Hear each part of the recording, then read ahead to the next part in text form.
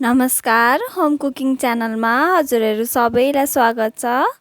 आज चाहिँ मैले राजकचौरीको रेसिपी लिएर आएको छु।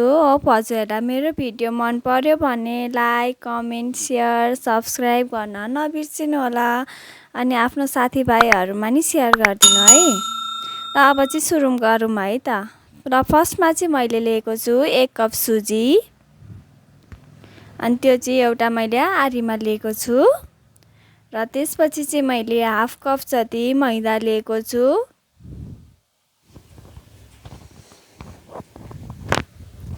अब चाहिँ यसलाई राम्ररी मिक्स गर्नु होला। अर्को कचौरामा लिएको छु मैले सादा पानी र त्यसमा चाहिँ मैले बेसार हाले।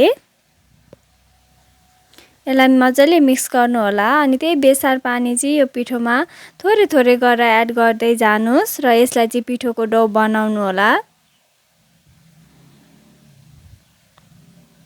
हामीले रोटी खाने डो जस्तै बनाउनु पर्छ यसलाई चाहिँ।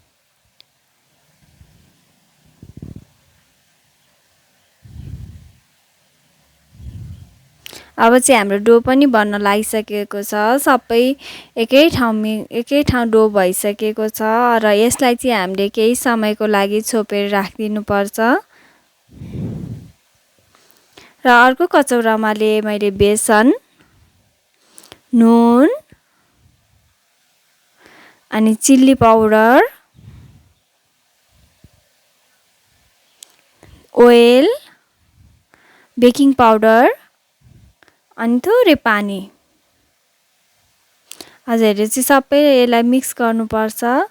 पानी पुगेन भने थोरै थप्नु होला हजुरले। अनि यसलाई सबैतिर एकै ठाउँ फेट्नु होला मजाले।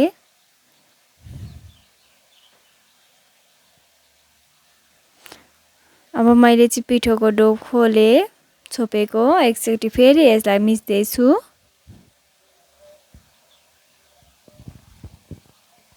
अब यसलाई सानो सानो पिसमा डल्लो बनाउँदै जानु होला।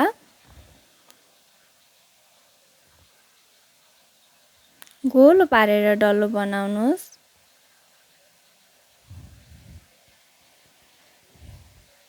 अब एउटा चाहिँ झिकिसकेपछि अर्को चाहिँ छोप्दै जानु होला, फेरि बिग्रिन सक्छ।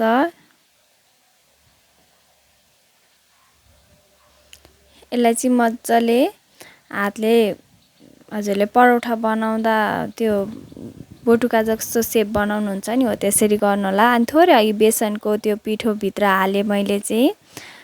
पिठो हालिसकेपछि हो त्यसलाई चारैतिरबाट बन्द गर्नुपर्छ र डो बनाउनु पर्छ, फेरि गोलो बनाउनु पर्छ हामीले चाहिँ।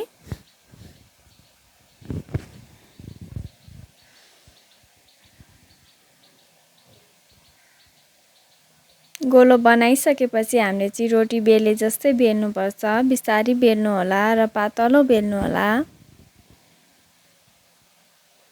र अर्कोतिर चाहिँ मैले तेल तताइसकेको छु। तेल पनि धेरै चाहिँ लिनु पर्दैन यसमा। बिस्तारी हल्का पारेर प्रेस गर्नुपर्छ, धेरै प्रेस पनि गर्नुहुन्न। र त्यो पुरीमा चाहिँ मजाले हामीले तेल चाहिँ छर्किँदै जानुपर्छ, तेल हालिराख्नुपर्छ। झाँझरको सहायताले हामीले चाहिँ तेल छर्किराख्नुपर्छ, माथिबाट हालिदिनुपर्छ।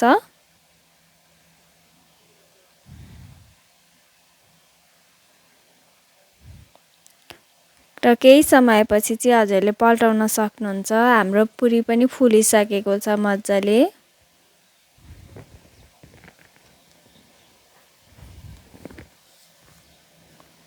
र एउटामा चाहिँ मैले लिएको छु काउली चना र अर्को चाहिँ बोइल गरेर राखेको मुङखोस्टे दाल हो। यो चाहिँ बोइल गरेर राखेको थिएँ मैले अलरेडी नै।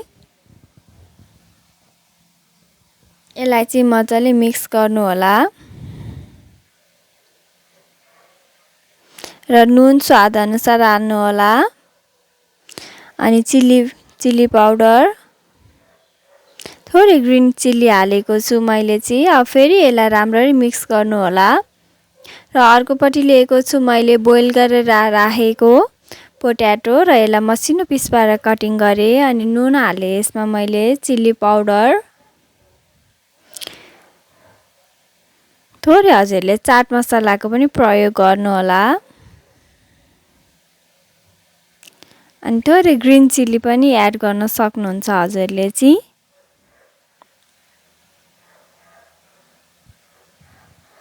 अब चाहिँ मैले यहाँ अघिको पुरी लिएको छु। यसमा चाहिँ आलु हाले मैले पहिला र त्यसपछि चाहिँ मैले अघि चना र दाल हाले, नुन,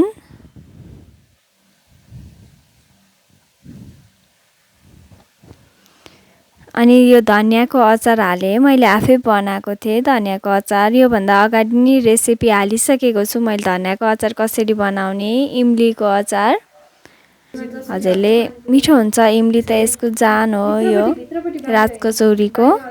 र थोरै धुलो खुर्सानी, दही, यो चाहिँ गुलियो दहीलाई मजाले फिटेको थिएँ मैले।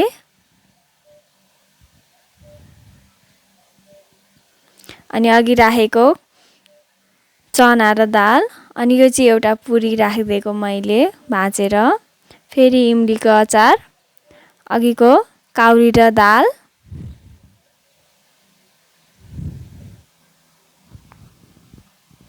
चाट मसला, धनियाको अचार, यो चाहिँ भुजिया हाल्दै मैले माथिबाट, र फेरि दही हाल्दै।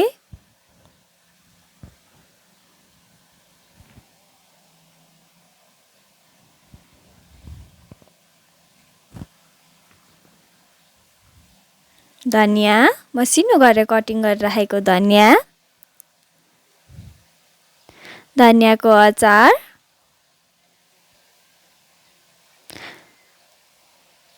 धनियाको अचारको रेसिपी चाहिन्छ भने मेरो च्यानलमा जानु होला। र इमलीको अचारको पनि मसँग रेसिपी छ, हजुरले हेर्न सक्नुहुन्छ।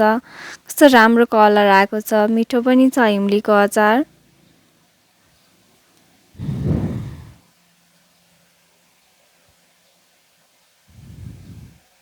र फेरि भुजिया माथिबाट,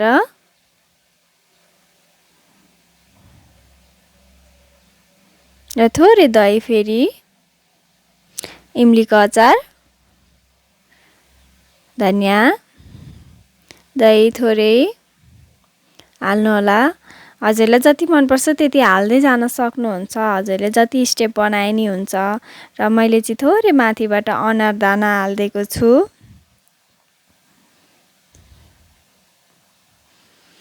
हेर्नुहोस् त कस्तो खाउँ खाउँ लाग्ने बनेको छ हाम्रो राजकचौरी। रेडी भइसकेको छ। हजुरलाई मेरो रेसिपी मन पर्यो भने लाइक, कमेन्ट, सेयर, सब्सक्राइब गरिदिनु होला।